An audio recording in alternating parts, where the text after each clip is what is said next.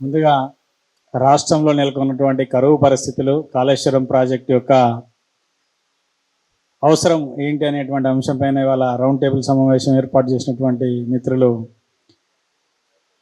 Journalist, senior journalist Sivareddy గారికి, అట్లాగే వేదిక మీద ఉన్నటువంటి పెద్దలందరికీ, ఎందుకంటే పేరు పేరున దామోదర్ రెడ్డి గారు, వెంకటేశం గారు, పాపారావు గారు, వెంకటరమణ గారు, జులకంఠ రంగారెడ్డి గారు, శ్రీధర్ దేశపాండే గారు, అలాగే బుచ్చన్న గారు, తులజారాం సింగ్ గారు, నర్రా విజయ్ గారు, మిత్రుడు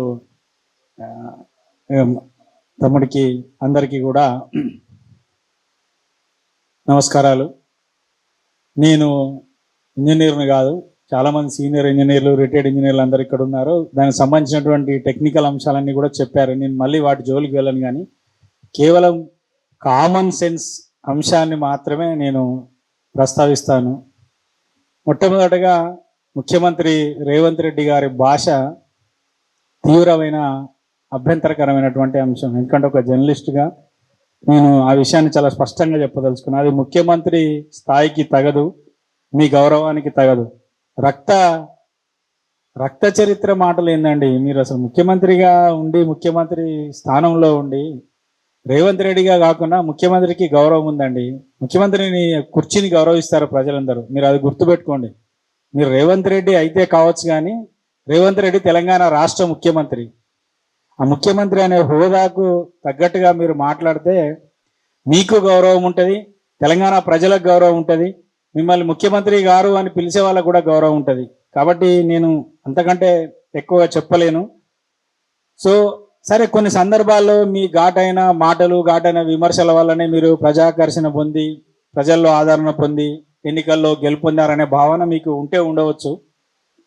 అది మీ దృష్టిలో మీ వరకు మీకు కరెక్ట్ కావచ్చు, కానీ ప్రజల దృష్టిలో కానీ, ప్రజాస్వామ్యవాదుల దృష్టిలో కానీ, జర్నలిస్టుల దృష్టిలో కానీ, ఇక్కడ జులకంఠ రంగారెడ్డి లాంటి సీనియర్ పొలిటీషియన్ ఉన్నారు, శాసనసభలో చాలా కాలం పనిచేసిన వాళ్ళు ఉన్నారు. మరి బహుశా వారు ఎప్పుడైనా మీ ఈ సుదీర్ఘ రాజకీయ జీవితంలో ఇట్లాంటి మాటలు విన్నారేమో, మీరు మాట్లాడినప్పుడు చెప్పాలి దయచేసి.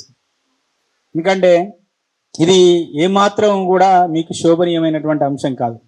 ఇక రెండవ విషయానికి వస్తే, సబ్జెక్ట్కి వచ్చినప్పుడు, తీవ్రమైన కరువు పరిస్థితులు ఉన్నాయన్నటువంటి విషయాన్ని ఇక్కడున్న మేమో, లేకపోతే ఇంజనీర్లమో, లేకపోతే మిమ్మల్ని వ్యతిరేకించే వాళ్ళమో చెప్పట్లేదు. జాతీయ వాతావరణ శాఖ, కేంద్ర ప్రభుత్వం చెప్తున్నది. ప్రధానమంత్రి నరేంద్ర మోడీ కూడా కేంద్ర స్థాయిలో అధికారులతో, సంబంధిత శాఖ మంత్రులతో కూడా సమావేశాలు ఏర్పాటు చేసి, రాబోయే 2-3 సంవత్సరాలలో దీని ప్రభావం ఉంటుంది ఈ సంవత్సరంతో పాటు, కాబట్టి అందరూ కూడా చాలా అప్రమత్తంగా, జాగ్రత్తగా ఉండి, ఎక్కడ నీటి లభ్యత ఉన్నా కూడా ఒక్క నీటి చుక్కనైనా ఒడిచి పట్టుకోవాలని వాళ్ళు చెప్తున్నారు.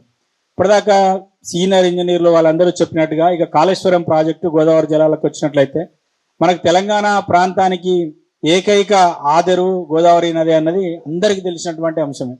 వాళ్ళ గోదావరి నదిలో మరి సగటున రోజుకు కనీసం తక్కువలో తక్కువ 5 నుంచి 8 టీఎంసీల వరకు నీళ్లు వృధాగా వెళ్ళిపోతున్నాయి.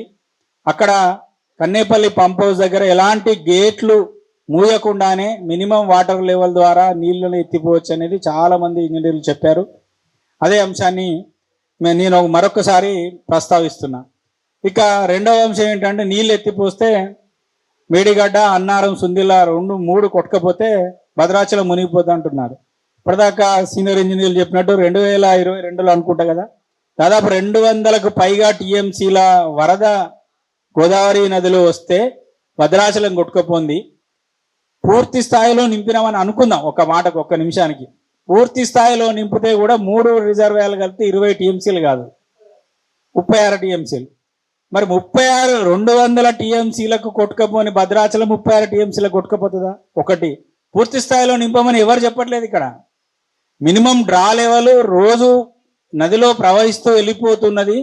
అక్కడి నుంచి ఎత్తిపోసుకొని సుందిల్ల అన్నారం నుంచి సుందిల్ల నుంచి ఎల్లంపల్లిలో పోసుకుంటే, ఎల్లంపల్లి నుంచి ఆటోమేటిక్గా ఆల్రెడీ ఉన్నటువంటి ఎగ్జిస్టెన్సీ కాలువలు, రిజర్వాయర్ల ద్వారా నీళ్లు నింపుకోవచ్చు అని చెప్తున్నారు. నేను అందుకే కామన్ సెన్స్ మాత్రమే నేను మాట్లాడాలని తెలుసుకున్నాను, అదే విషయాన్ని చెప్తున్నా. నేను పెద్ద ఇంజనీర్ని కాదు, నాకు టెక్నికల్ ఎక్స్పర్ట్ని కూడా కాదు.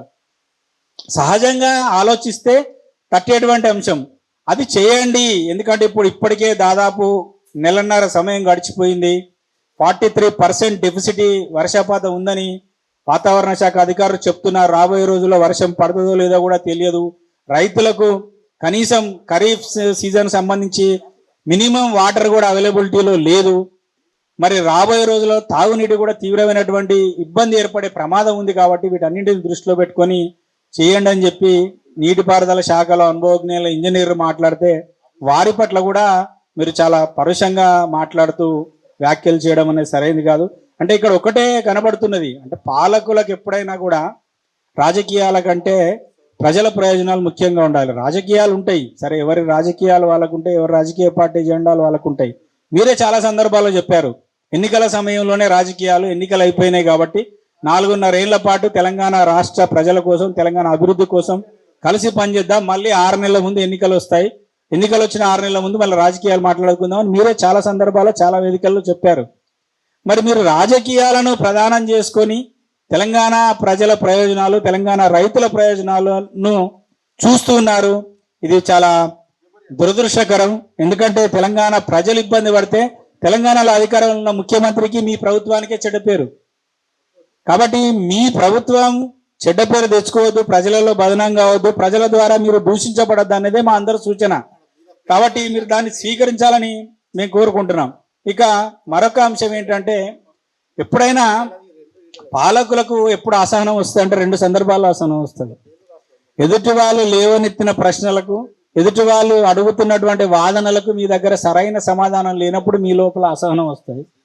రెండవ సందర్భం ఏంటంటే, మీ పతనం ప్రారంభమైందని మీకు తెలిసినప్పుడు మీ లోపల అసహనం వస్తుంది. మరి ఈ రెండిట్లలో ఏది జరుగుతుందో మీరు అర్థం చేసుకోండి.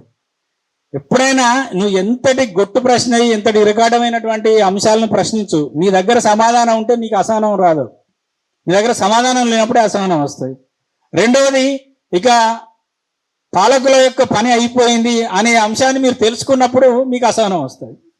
మరి రెండిట్లలో ఏది ఉందో మీ దగ్గర మీరే తెలుసుకోండి, అది మీ విజ్ఞతకి వదిలేస్తున్నాం. ఇక మామూలుగా పురాణాలలో, ఇతిహాసాలలో ఒక మాట ఉంటుంది, ఎవరు దేనితోనైతే మొదలు పెడతారో వారు దాంతోనే చివరికి అంతమవుతారని ఒక చెప్తూ అంటారు. బహుశా మీరు మొదలుపెట్టిన దాంతో మీరు సక్సెస్ అయ్యారని అనుకుంటున్నారేమో. మరి అది మీరు ఆలోచించుకోండి. ఇక నేను చెప్పాల్సిన అంశం చెప్పేసినాను. ఎవరు దేనితో మొదలు పెడితే దాంతోనే చివరికి వాళ్ళ ముగింపు ఉంటుంది. సో అట్లాంటి ముగింపును మీరు కోరుకోకండి.